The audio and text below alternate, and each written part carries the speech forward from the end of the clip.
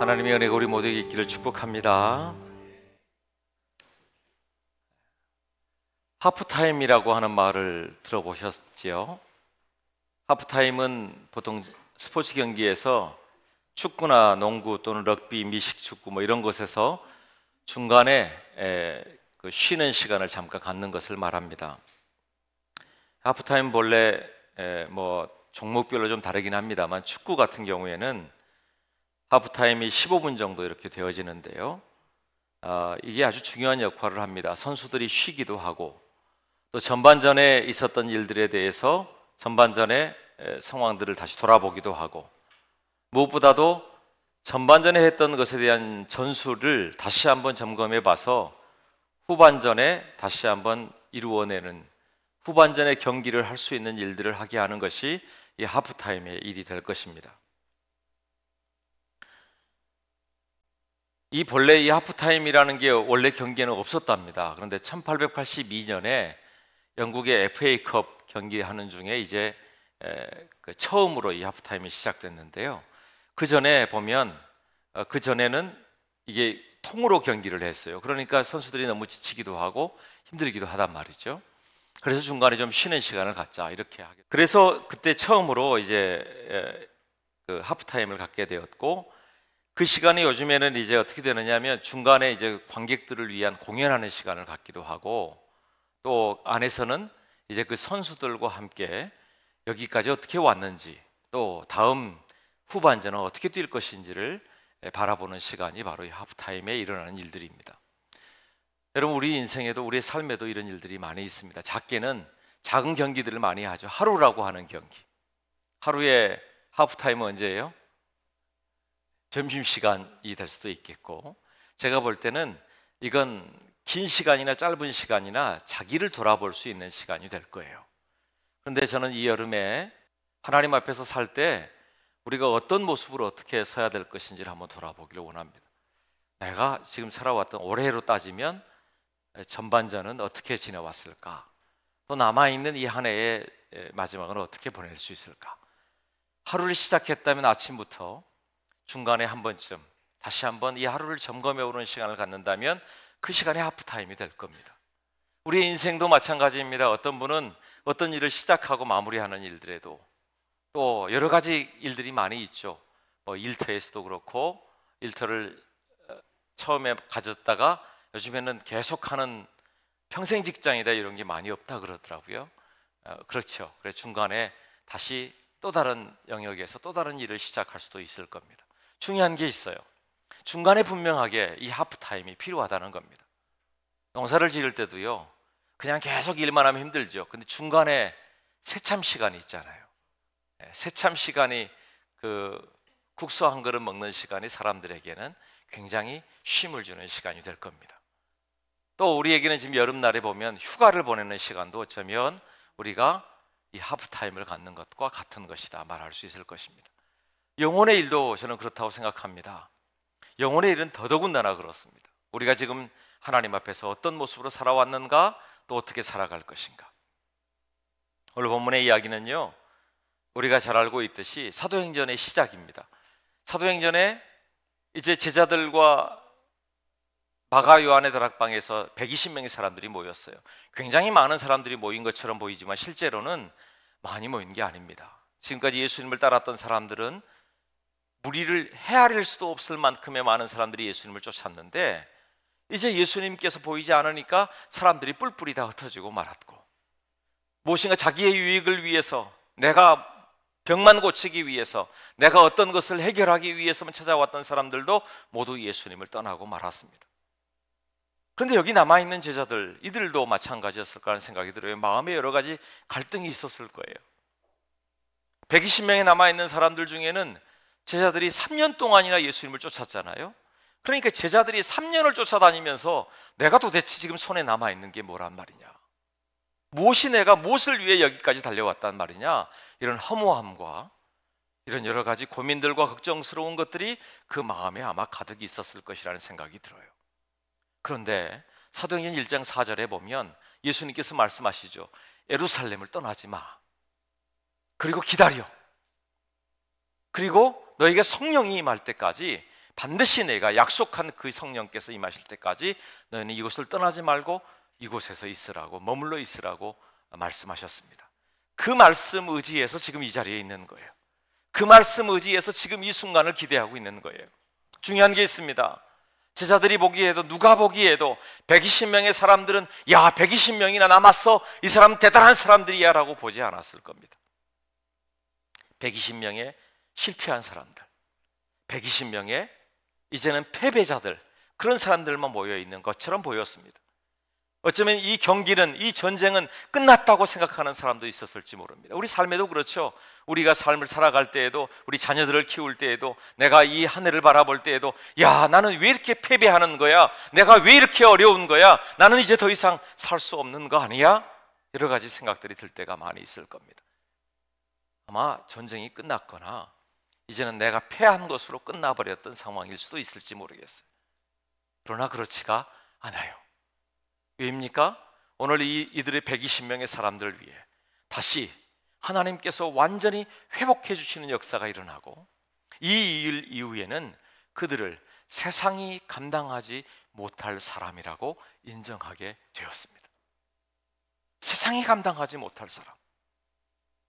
그 전에 그들은 예수님 없으면 아무것도 되지 않았던 이들인데, 그들이 이제는 예수님의 복음을 들고 나가는 사람, 성령에 붙들려서 예수님의 이름으로 담대한 사람, 예수님의 이름으로 일으켜 세우는 사람, 예수님의 이름으로 그 많은 사람들 앞에 두려워하지 않고, 대제사장과 서기관과 권력자들 앞에서도 두려워하지 않고 하나님의 주 예수 그리스도의 복음을 증거할 수 있는 사명자로 섰던 사람들이 바로 이들이었기 때문에 그렇습니다.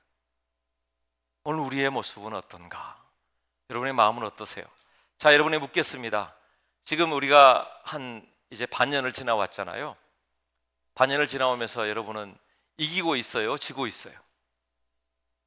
여러분의 전반전은 잘 뛰어온 것 같아요? 아니면 좀 힘들게 온 것 같아요? 어때요? 여러분의 전반전은 어떻습니까? 선재. 아, 선주구나. 우리의 전반전은 어떻습니까? 인생도 마찬가지입니다. 실은 우리의 인생의 전반전이 언제까지인가, 몇 살까지인가 이렇게 정해져 있지 않다고 생각합니다. 중요한 건 지금이에요. 지금 내가 하나님 앞에서 나는 어디에 있을 것인가. 중요한 것은 지금 오늘 하나님께서 말씀하십니다. 지금 너 잠시 멈춰서라. 그리고 나와 함께 마주하자. 그 시간이 저는 인생의 영혼의 하프타임이라고 생각합니다. 첫 번째, 하프타임에 중요한 게 있어요. 첫 시간은 감독을 만나는 시간이에요. 코치를 만나는 시간입니다. 이 시간 그냥 들어가는 시간이 아니에요. 코치를 만나서 내가 전반전을 어떻게 뛰었는지를, 이 모든 경기를 다 보고 있는 코치가 무엇을 말하고 있는지를, 그리고 이 전반전을 어떻게 뛰었는지를 내가 살펴보는지를 보아야 될 것을 보게 되는 겁니다. 너는 왜 그곳에서 더 나가야 되는데 못 나가게 되었니? 아니, 너는 잠시 멈춰서서 수비를 해야 되는데 너는 왜 그 자리에 있었니? 또 지금 이 사람들의 전술이 이렇게 되었으니 너는 이렇게 대비했어야 되는데 너는 무엇을 그때 생각했니? 여러 가지 것을 이야기하게 될 겁니다. 그래서 감독을 만나는 시간에 중요한 두 가지가 준비되어야 해요. 감독이신, 코치이신 하나님을 만나기 전에 두 가지를 준비하라고 오늘 성경은 이야기합니다. 첫 번째는요, 그 자리에 있으라는 거예요. 그곳은 성령님의 역사가 일어났던 자리입니다. 그곳은 그의 인생에 새로운 변화가 있었던 자리입니다. 그곳은 패배자의 시간이 아니라 새로운 교회가 시작되는 자리가 되었습니다. 사명이 시작되는 자리가 되었습니다. 누구에게 그런 일이 일어났나요? 120명의 그 자리에 남아있었던, 예수님의 말씀을 믿고 그 자리에 예루살렘을 떠나지 않고 그곳에 남아있어서 그곳에 있었던 사람들을 통하여 하나님의 역사는 일어나게 되는 겁니다. 그 라커룸 안에 들어가야 코치의 이야기를 들을 수 있는 거 아니겠어요? 예전에 한번 손흥민 선수가 인터뷰하는 걸 들었는데요, 저는 그 하프타임에 라코룸에 다 들어가는 줄 알았거든요. 그런데 아무나 들어가는 게 아니더라고요. 그 경기에 참여하는 사람만 들어가는 겁니다. 그리고 코치와 함께 그곳에서 들어가게 돼서 그곳을 점검하게 되고 돌아보는 거예요. 그냥 경기를 뛰는 게 아닙니다. 후보 선수들도 있고요. 또 그 경기를 쉬는 사람들도 있고요. 여러 가지 사람들이, 관계자들도 있고요. 많은 사람들이 있을 거예요. 그런데 그 하프타임에는 누가 들어가느냐 하면 이 경기에 지금 참여하는 사람, 참여해야 될 사람, 바로 그 사람들만 그 하프타임에 참여하게 되는 거예요. 지금 우리도 그렇습니다. 하나님 앞에서 우리가 우리의 인생의 걸음을 걸어가야 될 우리가 하나님 앞에 참여하는 시간인 거예요. 사랑하는 여러분, 멈춰서는 시간이 있기를 축복합니다. 육신을 위해서도 휴가가 필요하잖아요. 우리가 우리의 마음을 위해서도 우리의 삶에 쉼의 시간이 필요한 줄 알아요. 그런데 중요한 게 있어요. 하나님 앞에서 우리의 영적인 쉬는 시간, 영적인 하프타임이 반드시 필요해요. 나 혼자 뉘우치고 나 혼자 생각하는 시간이 아니라 하나님께서 뭐라고 말씀하실지, 감독이신, 코치이신 주님이 우리에게 뭐라고 하실지를 돌아보는 시간이 필요하단 말이죠. 그러기 위해 하나님의 자리에 있어야 합니다. 지금 이곳이 주의 음성을 듣는 자리가 되는 줄로 믿습니다. 하나님의 음성을 지금 귀를 기울여 듣는 거예요. 내가 하나님 앞에서 무엇을 들을까? 하프타임에 보면요, 잘하고 있으면 잘한다고 격려하고 칭찬하기도 하고 또 다른 사람들을 이야기하겠지만 불처럼 화를 낼 때도 있거든요. 그 라커룸의 상황을 예전에 한번 그 카메라로 보여준 적이 있는데 막 난리가 나는 적도 있어요. 왜 그럴까요? 정신 차리라는 거겠잖아요. 그 시간 너희가 이렇게 뛰어서는 안 된다는 거겠잖아요. 그 다음 일을 준비하라고 하는 것이기 때문에 그렇다는 겁니다. 그래서 그 자리에 있게 되는 겁니다. 또 한 가지, 그러기 위해서 우리가 준비하는 건 그 자리에 있는 것뿐만 아니라 기도하는 시간을 갖는 겁니다. 여러분, 기도가 때로는 우리가 하나님 앞에 우리의 모든 것을 아뢰는 것으로 끝날 때가 많거든요. 하나님, 이것 때문에 힘들고요, 이래서 하나님께서 들어주셔야겠고요, 이것 하나님이 응답해 주셔야겠다고 이렇게 고백하는 것을 많이 들어요. 기도의 마지막 부분이 어디냐면 하나님께서 뭐라고 말씀하시지를 듣는 시간이에요. 하나님 뭐라고 말씀하시는지. 오늘 여기 사도행전 1장 14절의 말씀에 보면 제자들과 마리아와 그들이 함께 있었던 120명의 사람들이 오로지 기도에 힘쓰더라. 오로지 기도에 힘썼다는 것은 완전히 기도만 했다는 것이에요. 여러분에게 지금 다 멈추고 완전히 기도만 하라는 이야기 아닙니다. 중요한 게 있어요. 기도해야 될 때가 있어요. 하나님이 요구하시는 시간이 있어요. 주의 음성을 들어야 될 때가 있어요. 주께서 우리를 초청하시고 하나님 앞에 매달려야 될 시간이 있어요. 우리가 해야 될 일을 하겠지만 그것보다 우리가 하나님 앞에서 정말 다른 걸 멈춰 세우고 다른 시간을 멈춰서고 하나님 앞에서 내가 다시 한번 서야 되는 시간들이 있단 말이죠. 그 시간이 기도하는 시간이에요. 주님의 음성을 귀를 기울이는 시간이에요. 뭐라고 말씀하시겠습니까? 듣겠습니다. 그런 시간 아닙니까? 오로지 기도하면서 어떤 마음이었을까요? 하나님을 의지하여 기도하는 시간으로 그가 가졌을 것입니다. 주님 앞에 서는 시간, 주의 이름을 다시 부르며 하나님 앞에 서는 시간을 갖는 것. 그리고 거기서 중요한 게 있어요. 그 자리에 있는 이유, 기도하는 이유, 그것이 무엇인가 하면 아까 처음 말씀드렸죠. 1장 4절에 너 이곳을 떠나지 말고 기다려. 그러면 성령께서 너희에게 임재하실 거야. 하나님의 약속이 그들에게 주어졌어요. 그러니까 우리가 지금 다시 점검해야 될 것은 뭐냐? 예배하는 자리에 있고 기도하는 자리에 있어요. 그런데 우리의 마음에 한 가지가 더 있어야 돼요. 그건 믿음입니다. 우리가 자꾸 약속을 이야기하면서도 기도한다고 말하면서도 하나님의 이름을 부른다고 말하면서도 믿음이 없을 때가 너무 많아요. 주님의 이름 앞에 선다고 이야기하면서도 기도하며 주님 말씀하시옵소서라고 말하지만 말씀하시는 것과 상관없이 내 마음대로 내 판단대로 내 생각대로 움직일 때가 너무 많단 말이죠. 그리고 이미 기도하고 있는데도 믿지 않아요. 이미 주님 앞에 예배하는데도 믿음이 없어요. 주님의 이름을 신뢰하지 않을 때가 너무 많은 것을 보게 됩니다. 믿음이 없이는 하나님을 기쁘시게 할 수 없다고도 했지요. 하나님께 나아가는 자는 반드시 그가 계신 것과 상 주시는 이심을 믿어야 한다고도 히브리서 기자는 말합니다. 그런데 저는 누가복음 18장에 기록되어 있는 한 가지 이 사건을 좀 더 주목해 봤으면 좋겠어요. 한 과부가 재판장에게 가서 말하죠. 재판장님, 나의 억울함을 풀어주십시오. 근데 이 재판장이 얼마나 불의한 재판관인지 하나님도 두려워하지 않는다고 했어요. 그런데 이 사람이 계속 오니까 이 사람이 나를 번거롭게 해서 내가 귀찮아서라도 이 사람의 이야기를 들어주리라. 하물며 너희 아버지께서, 너희 하나님께서 너희의 기도를 듣지 않으시겠느냐. 그러면서 그 뒤에 한 가지를 덧붙이시죠. 그런데 이 땅에서, 지금 이 세상에서 믿음을 보겠느냐. 이 이야기는 왜 나온 거죠? 왜 이 과부의 이야기를, 불의한 재판장의 이야기를 왜 한 거죠? 그 일의 시작은 이렇습니다. 너희가 기도하다가 낙심하지 말 것은. 기도하다가 낙심하지 않을 것에 대해서 말씀하시면서 이 이야기를 꺼내신 거예요. 낙심하지 않기 위하여 기도해라. 그런데 기도할 때 낙심하지 않을 방법이 뭐라고요? 하나님을 믿는 거예요. 우리가 왜 낙심합니까?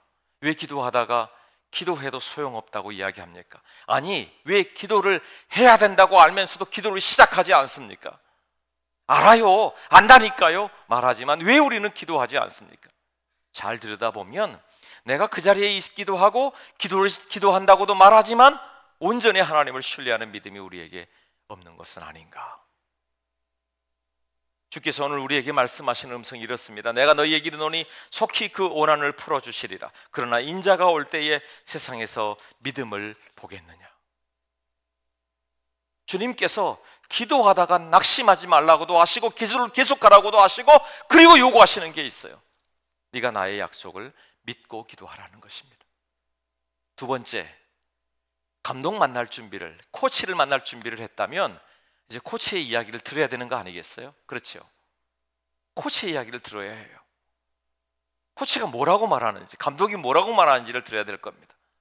그것이 저는 여기 기록된 2절, 3절에 기록된 말씀이라고 생각해요. 성령께서 이제 드디어 임재하기 시작했는데요, 그곳에서 바람처럼 불처럼 그곳에 임재하게 되었습니다. 바람처럼 불처럼. 요즘에 사람들이 많이 말하는 것 중에, 영어 단어 중에 마치 한국말처럼 쓰이는 단어 하나가 있어요. 리프레시라고 하는 말이에요. 리프레시가 뭐죠? 다시 뭐 생성케 되다, 시원케 되다, 아니면 신선하게 되다. 이게 원어의 본문에 보면 리라고 하는 다시라는 말과 프레시, 신선하다는 말이 합해진 말입니다. 이게 다시 신선하게 되는 거예요. 그 시간이 어떤 시간이냐? 성령께서 임재하시는 시간이에요. 바람이 다시 불기 시작하는 시간이에요. 답답하고 꽉 막혀 있는 이곳에 찜통 같은 더위가 임하고 너무 답답해서 땀이 뻘뻘 흘리고 숨이 잘 쉬어지지 않는다고 여길 때 갑자기 시원한 바람이 뒤에서 불기 시작할 때 어떤 마음이 들어요? 누가 에어컨 켰구나, 이런 마음이 들어요? 그럴 겁니다. 새 바람이 불기 시작하는 거예요. 밖에 나가서도 그늘에 앉아 있는데 좀 바람이라도 불었으면 좋겠다. 그럴 때, 또 가을이 왔다고 여길 때, 어떤 가을이 왔다고 여길 때 어떻게 여기지나요? 바람이 시원하게 불기 시작하면 그런 생각이 들 거예요. 왜 성령님의 역사를 바람처럼 말씀하셨을까?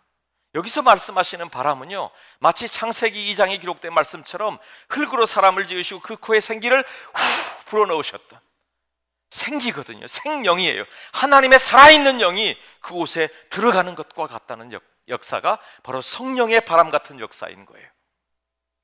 에스겔 37장에 기록된 말씀처럼 에스겔 골짜기에 그곳에 뼈들만이 남아있던 그곳에 명령합니다. 뼈들이 맞춰질 것을. 뼈와 뼈들이 맞춰지고, 그리고 살결이 입혀지고 살아있는 사람처럼 여겨졌는데 아무도 일어서지 않아요. 그런데 어떻게 일어섭니까? 사방으로부터 생기가 불어와서 그들이 일어날 때 드디어 군대가 된 거예요. 리프레시는 뭐냐면 그런 시간인 거예요. 제가 그것을 사전에서 앞뒤 문맥을 다 찾아보니까 이게 타동사로 되어 있는데, 이게 어떤 역사냐면 마치 꺼져가는 불꽃이 불이 다시 확 일어나는 것과 같은 거라는 거예요. 목말라 있는 그곳에 시원한 물이 공급되는 것과 같다는 것이에요. 상추가 다 말라져 있으면요, 이게 다 말라서 비틀어져 있다고 생각하지 마시고 그 신선한 물에, 시원한 물에 얼음을 몇 개 넣고 그곳에 넣어두면 다시 파릇파릇 살아나게 된다잖아요. 그럴 수도 있고 안 그럴 수도 있어요. 왜냐하면 지난번에 제가 그 자동 키가 앞에 다 번호 누르고 해도 뒤에 네 자리만 누르면 된다고 했더니 가서 안 된다고 컴플레인이 들어왔어요. 네. 목사님 그 거짓말한 거 아닙니까? 네, 아니요. 우리 교회 밑에 한번 보세요. 해보세요. 들어오는 입구에 보면 대부분이 많이 될 거예요. 근데 안 되는 것도 있다는 것을 말씀드립니다. 신선한 야채가 살아날 수도 있어요. 근데 중요한 게 있어요. 살아나는 것이 리프레시인 거예요. 살아나는 것이 성령의 바람이 부는 것인 거예요. 살아나게 하시는 것이 다시 살게 하시는 것인 거예요. 마찬가지로 불의 역사도 마찬가지입니다. 불은 어떻게 하는 것인가요? 불은 두 가지의 성질이 있는데 하나는 빛이 있고 하나는 열이 있어요. 그렇죠? 불은 이 두 가지를 다 갖고 있어요. 빛은 어떤 역할을 하나요? 어둠을 물러가게 합니다. 캄캄한 어둠이라도 이곳에 캄캄하게 되어서도 하나의 전구만 켜지면, 아니 작은 촛불 하나만 켜져도요 그 주위가 환하게 밝아지는 거예요. 어둠이 물러가는 거예요. 어둠이 뭔 줄 아세요? 우리 속에 어둠이 있다고 말하잖아요. 뭐 어둠이 물러가라, 뭐 우리에게 있는 영혼의 두려움들은 물러가라 이렇게 이야기하는데, 어둠이 진짜 존재하는 것은, 과학적인 것은 뭐냐면 빛이 없는 시간이 어둠인 거예요. 빛이 없는 시간이 어둠인 겁니다. 똑같아요. 우리의 영혼의 일도 빛이 없는 순간이 어둠이 되는 거예요. 우리의 마음이 어두워지는 일들, 우리의 마음이 우울해지는 일들, 우리의 마음이 낙심이 되는 일들 속에도 잘 들여다보세요. 그곳에 주여 주님의 빛을 비춰 주시옵소서. 열은 어떻게 되나요? 열의 일은 물론 다른 걸 뭐 끓이기도 하고 여러 가지 태우기도 하고 무서운 것이기도 하지만, 가장 중요한 역할은 욥이 고백했던 것처럼 그가 나를 단련하신 후에 내가 순금처럼 나오게 될 것입니다 라고 하는 것은 이 불에 대한 이야기일 겁니다. 열에 대한 이야기일 거예요. 모든 노폐물들을 다 제거하고 하나님, 제 마지막 남아있는 이 한 가지, 순금처럼 하나님 앞에 제 마음을 드리기를 원합니다. 그런 마음 아닙니까? 오늘 우리에게 성령님이 임하셨다고 하는 것은 우리 속에 있는 노폐물들을, 이 노폐물들이 우리에게 두려움과 낙심이 되기도 하겠지만 우리 안에 있는 죄악과 연약함들이 되기도 할 거예요. 사람들 속에, 여러분 요즘에 사람들이 많이 있고 사람들이 많은 과학적인 발전이 일어나고 좋은 옷을 입고 좋은 것을 먹고 그럼 잘 살고 있는 것처럼 보이지만요, 그 안에 더 많은 어둠이 있는 것처럼 보여요. 더 많은 낙심들이 보여요.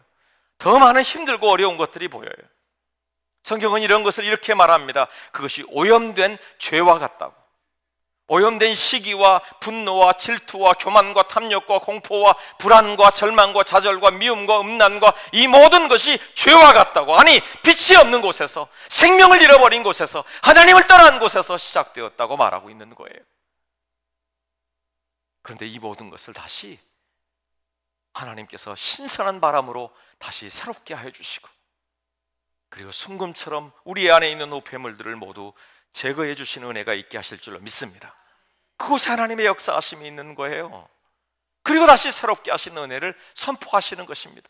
삭개오가 예수님 만난 이후에 예수님의 선포가 뭐예요? 삭개오에게 주님 말씀이 뭐라고 하시느냐면, 오늘 구원이 이 집에 이르렀으니 이 사람도 아브라함의 자손님이라. 그에게 다시 리프레시 시켜주신 거예요. 아브라함의 자손으로 새롭게 만들어 주신 것이란 말입니다. 이 하나님의 역사가 그곳에 임하게 하신 줄로 믿습니다. 그때에, 어떨 때요? 성령이 임하실 때에 우리의 코치 되시는 우리 주님은 우리를 모두 알고 계시는 분이세요. 다른 코치들은, 다른 감독들은 다 알지 못하지만 우리 주님은 우리의 인생을 알고 계시기에 우리를 다시 완전히 리프레시 하여 주실 줄로 믿습니다. 새롭게 신선하게 일어서게 하실 줄로 믿습니다. 그래요, 그 주님 앞에 다시 서란 말이죠. 그 주님을 다시 만나는 시간, 그 시간인 겁니다. 마지막 한 가지 더 있습니다. 그렇게 내가 준비되고 다시 성령께서 우리에게 임하였다면 이제는 다시 뛰어야 되는 거예요. 어떻게 해요? 후반전이 남아있잖아요. 그렇죠? 전반전으로 끝나는 게 아니에요. 후반전이 남아있어요. 후반전을 준비해야 되고 그리고 실제로 나가는 겁니다. 예, 좋습니다. 아멘입니다. 예, 감독님 승리하겠습니다. 그리고 아무도 안 나가. 그럼 되겠어요? 아닌 거죠. 그리고 우리는 나가야 됩니다. 삶으로 나가야 하고 현실로 나가야 하고 우리의 삶의 현장으로 나가야 되는 거예요. 괜찮아요. 앉아 있어요. 괜찮아요. 괜찮아요. 현실로 나가야 되는 거예요. 우리의 삶의 현장으로 나가야 되는 거예요. 그곳에서 내가 지금 오늘 우리 주님께서 우리에게 역사하셨고 말씀하셨고 우리에게 임재하셨던 그 놀라운 역사하심을 통해서 우리에게 말씀하시는 자리로 이제는 나가야 되는 거예요. 그것 아멘 했다면 아멘한 것 가지고 나가서 주와 함께 그 후반전을 뛸 수 있게 되길 축복합니다. 뛸 수 있어야 되는 겁니다. 그런데 뛰지 못하는 뛰어나가도요, 때로는 이게 전반전에 있었던 것이 잘했으면 몰라도 못한 사람은요 후반전에도 그 마음을 갖고 가요. 많은 사람들이 일주일이 지나고 나면 5일이 지나고 나면 금요일 날부터는 자유를 느끼죠. 그런데 오늘 주일을 지나고 오늘 저녁부터는 어떤 마음이 드나요? 아, 내일 또 일을 해야 되는구나. 월요병이라고 하잖아요. 왜 그럴까요? 내일이 다시 일이 시작돼야 되는, 후반전이 다시 시작돼야 되는 것 때문에. 왜 그런가? 내가 지난주에도 지쳐서 왔는데, 힘들어서 왔는데 내가 그 일을 다시 해야 된단 말이냐? 이런 마음이 들면 그런 마음이 우리를 낙심하게도 하고 두렵게도 만들 거예요.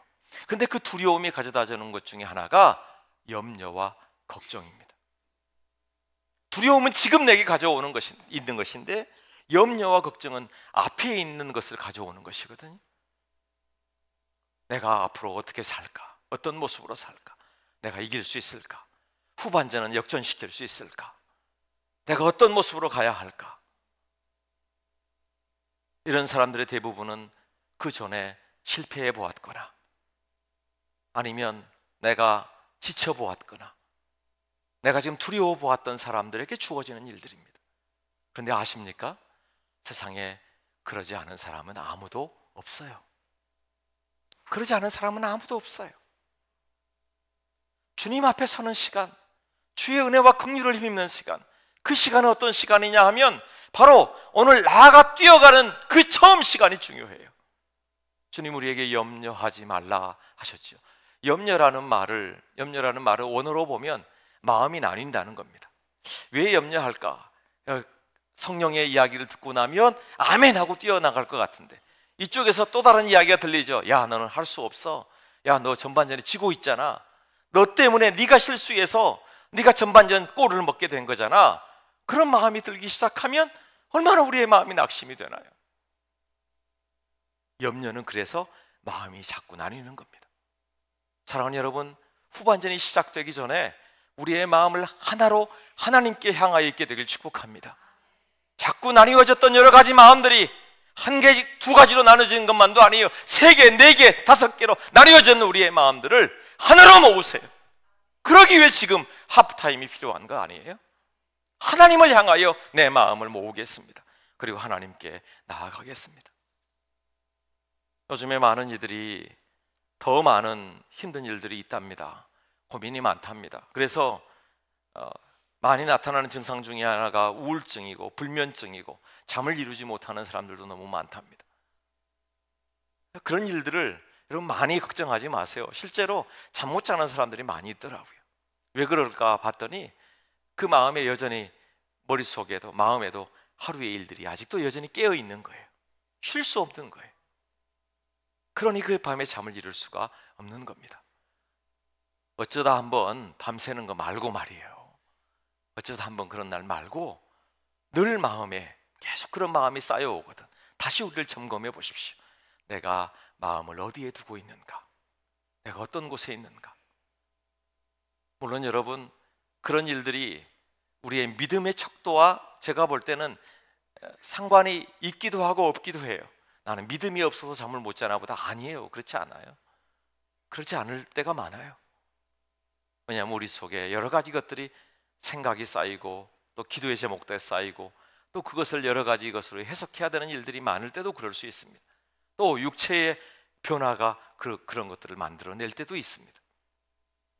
근데 중요한 것은 그럴 때에 우리의 마음을 어떻게 가질 것인가 하는 거예요. 마틴 루터의 이야기를 제가 지난번에 말씀드렸잖아요. 루터도 어느 날인가 잠을 이룰 수 없었어요. 며칠 밤을 잠을 제대로 잘 수가 없었습니다. 너무 많은 종교개혁 시대에 너무 많은 힘든 일들이 그 앞에 있었고 그것이 염려와 걱정이 되고 근심이 되었기 때문입니다. 그런데 어느 날 그런 마음이 들더래요. 아니, 하나님께서 졸지도 않으시고 주무시지도 않는다고 하시지 않았어? 그런데 나까지 깨어 있을 필요 있겠어? 그런 마음이 들더래요. 하나님이 깨어서 이 모든 일들을 지키신다고 하셨는데 나까지 깨어 있을 필요가 있겠느냐고.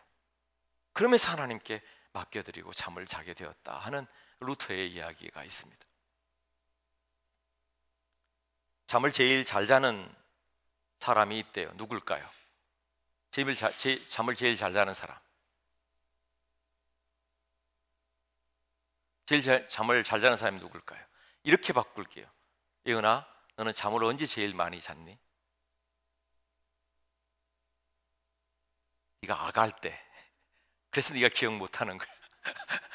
그렇지. 아가들은 태어나면요 하루에 18시간 이상을 잔대요. 18시간 이상을 자야 한대요. 그래야 성장할 수 있어요. 그래야 이 아이가 커가고 더 잘할 수 있는 시간을 갖는 거예요. 그런데 아이들은 어떻게 그 18시간을 잠을 잘 수 있을까요? 아이들은 오직 다른 데 마음이 없어요. 오직 더 잘해야 되는데 마음이 있고 또 한 가지의 마음이 있죠. 그의 부모에게 마음이 있는 거예요. 그러겠죠. 지금 자기를 돌보는 그 사람에게 마음이 있는 거예요. 그래서 맡기고 잘 수밖에 없고 자야 하는 시간을 갖는 거예요. 그리고 깨어나서 배가 고프면 울면 되는 거고 그리고 다시 먹고 또 자게 되는 거예요. 우리가 하나님 앞에서 어쩌면 어린아이와 같은 이가 천국이 그의 것이라고 했던 것처럼 예수님 하셨던 것처럼 어쩌면 우리의 마음에 하나님을 의지해서 이렇게라도 한번 잡았으면 좋겠다. 정말 하나님 앞에 이렇게 맡기고 잡을 수 있는 시간이 언제일까? 어떤 분이 아이가 잠자는 것을 이야기하면서 이 표현을 쓰더라고요. 따라서 할까요? 한번 따라서 하겠습니다. 믿는 구석이 있어서. 그걸 합니다. 믿는 구석이 있어서 내가 감당할 수 없는 그 일들에 대하여 믿는 구석이 있답니다. 그리스도인들은 무엇일까요? 그리스도인들은 누구일까요? 우리 자꾸 우리의 힘으로 감당할 수 없는 일들이 참 많다는 것을 봅니다. 그런데 우리가 믿는 구석은 무엇입니까? 아니, 정말 믿고 의지하는 분은 누구십니까? 진실로 우리가 맡기고 하나님 앞에 서는 자가 누구입니까? 잘 살펴보셔야 됩니다. 하나님 앞에 우리의 모습이 어떤 모습인지. 아까 말씀드렸죠. 그곳에 있기는 해요. 기도는 했어요. 그런데 믿질 않아요. 하나님께 맡긴다고 하면서도 다 맡기고, 그런 우리 표현 많이 하잖아요. 교회 올 때는 다 싸들고 와서 주여 믿습니다라고 다 남겨놓고 나갈 때는 주님 안녕히 계세요 하고 다시 또 짐 다 싸들고 간다고. 맡기지 않는 거예요. 왜 그럴까? 정말 하나님이 믿는 구석이 되셔야 합니다. 그럴 때 하나님의 역사가 우리 삶에 이루어지게 될 줄로 믿습니다. 하나님의 역사, 그것을 통해서 하프타임이 필요한데 그 하프타임은 다른 게 아닙니다. 감독의 코치의 말을 듣는 시간이고 그곳에서 새로운 일들을 리프레시하는 새로운 일들이 시작되는 시간이에요. 그 시간이 있어야 우리의 삶에 새로운 일들이 후반전이 시작될 수 있는 겁니다. 잘 기억하십시오. 출애굽기 17장에 모세가 손을 들고 기도하면 현장에 있었던 여호수아와 백성들이 이기고 아말렉과의 전쟁에서 이기고 모세의 손이 내려가면 아말렉과의 전쟁에서 지게 밀려나는 것을 보게 돼요. 저는 이 일이 모세와 그 다음에 여호수아로 나누어져 있다고 생각하지 않아요. 여러분, 우리 개인은요, 하나님 앞에 기도해야 될 시간과 영적인 시간과 다시 삶의 현장에서 나가야 될 시간들이 함께 영향력이 있다는 사실을 말씀해 주는 거예요. 영적인 일이 현실에 적용되느냐? 예, 그 이야기예요. 그러므로 이 여름날을 보내면서 한번 점검해 보세요. 내가 잠시 멈춰야 될 때는 아닌가? 내 생각이 멈추고, 내 말이 멈추고, 내 삶이 멈추고, 잠시 멈춰서서 어떤 시간이에요? 잠시 쉬기도 하고, 하나님을 바라보기도 하고, 하나님의 음성을 들어야 하기도 하는 시간 말입니다. 그럴 때 오늘 본문은 이렇게 말합니다. 그들이 다 성령의 충만함을 받고 성령이 말하게 하심을 따라 다른 언어들로 말하기를 시작하니라. 이것이 새롭게 되는 겁니다. 다른 언어들로 말하기를 시작하니라. 다른 언어들이 뭘까요? 말만 바뀌었다는 게 아니에요. 여기서 말하는 건 그 지역에 말하는 방언을 했다는 이야기도 되겠지만 마음이 바뀐 거예요. 성령님의 역사를 경험하기 전 내 마음과 성령의 충만함을 받고 난 내 마음이 달라지는 거예요. 지금 내가 예배하기 전 마음과 예배하며 주의 말씀이 내 속에 들려오기 온 이후의 말이 바뀌어지기 시작하는 거예요. 우리의 마음이 바뀌게 되길 축복합니다. 이 여름날에 주님을 더 만나게 되길 축복합니다. 그리고 우리에게 주시는 인생의 후반전을 다시 시작할 수 있게 되길 축복합니다. 그래야 주님을 의지하세요. 더 주님 앞에 서세요. 그럴 때 주께서 우리와 함께 하실 줄로 믿습니다. 말씀을 맺겠습니다. 찬송가 292장은 이렇게 찬양합니다. 주 없이 살 수 없네 죄인의 구주여, 그 귀한 보배 피로 날 구속하소서.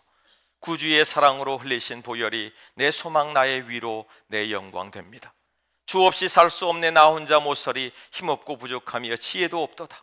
내 주는 나의 생명 또 나의 힘이라 주님을 의지하여 지혜를 얻으리. 주 없이 살 수 없다는 말은 주님만 계시면 살 수 있다는 고백 아니에요? 그렇죠? 우리가 이 한 해 동안 이렇게 말씀을 듣고 살았습니다. 이사야 41장 10절의 말씀처럼 두려워하지 말라 내가 너와 함께함이라. 놀라지 말라 나는 내 하나님이 됨이라. 내가 너를 굳세게 하리라. 참으로 너를 도와주리라. 참으로 나의 의로운 오른손으로 너를 붙들리라. 아멘. 그 말씀 붙들고 우리의 후반전을 시작하라고 하시는 겁니다. 주님으로 가득하고 성령님으로 가득하여 다시 한번 새롭게 되어져서 우리의 전반전에서 낙심하여 염려하고 걱정하지 말고 주님 앞에 더 깊이 주님을 만나고 주의 음성을 듣고 우리의 후반전을 승리하는 역사가 있게 되기를 축복합니다. 기도하겠습니다. 주님을 의지합니다. 주의 이름 앞에 다시 서게 하여 주옵소서. 주의 은혜와 긍휼을 힘입어 다시 한번 새롭게 되게 하여 주시고 주님 앞에서 충만하신 주 예수님으로 말미암아 하나님은 우리의 올해의 후반전을, 우리의 인생의 후반전을 주와 동행하며 사명대로 살다가 주님 부르실 때에 하나님 나라의 승리자로 서게 하여 주옵소서. 주 예수님의 이름으로 기도드립니다. 아멘.